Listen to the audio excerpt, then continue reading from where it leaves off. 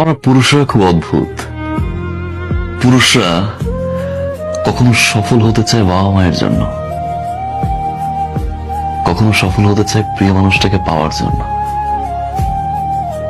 একটা সময় খেটে মরে স্ত্রী আর সন্তানের জন্য, পরিবার প্রিয়জনের হাসিতে হাসে, তাদের দুঃখে আবার কাঁদে। পুরুষ যখন নিজে বাঁচতে চায় তখন আর সময় থাকে না। আমরা পুরুষরা বাঁচি অন্যের জন্য।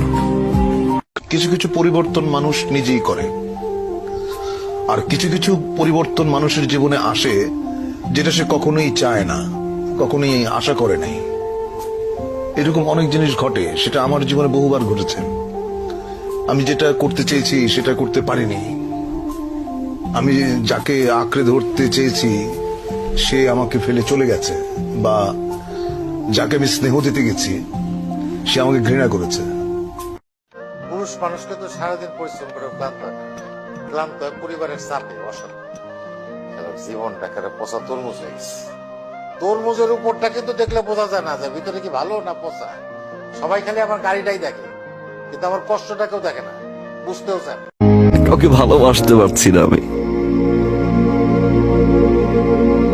কারণ আমি আপনাকে খুঁজে পাই না।